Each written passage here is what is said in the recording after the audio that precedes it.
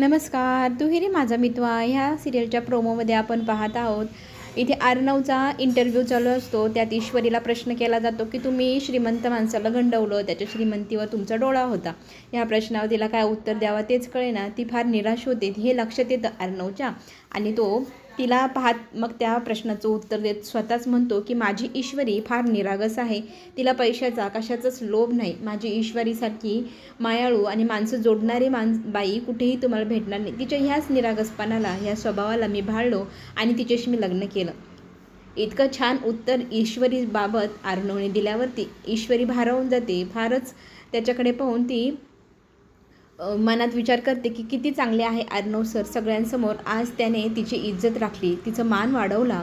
या गोष्टीने भारावलेली ईश्वरी आरशासमोर उभी राहते आणि स्वतःकडे पाहत तिला अर्णव दिसू लागतो. अर्णव तिच्याजवळ येऊन म्हणतो, माझी ईश्वरी, फक्त माझी, असा तिला भास होऊ लागतो आणि ती भानावर येते.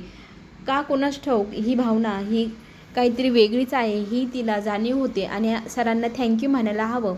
तिला लागलेल्या प्रेमाची चाहुलीला ती समजू शकत नाही आहे. त्यावेळेला ती नमुताईला फोन करते. नमुताईला तिच्या भावना सांगते आणि काय सरप्राईज देऊ थँक्यू म्हणायला म्हणून ती तिला विचारते. तिने दिलेली आयडिया आता ईश्वरी वापरणार आणि अर्णवला इम्प्रेस करणार. चला तर मग आपण पुन्हा भेटू. धन्यवाद.